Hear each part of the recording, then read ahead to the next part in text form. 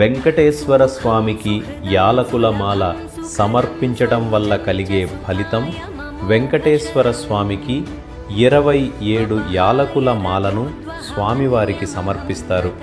దీని వెనుక బ్రహ్మదేవుని నక్షత్ర సిద్ధాంతం ఉంది.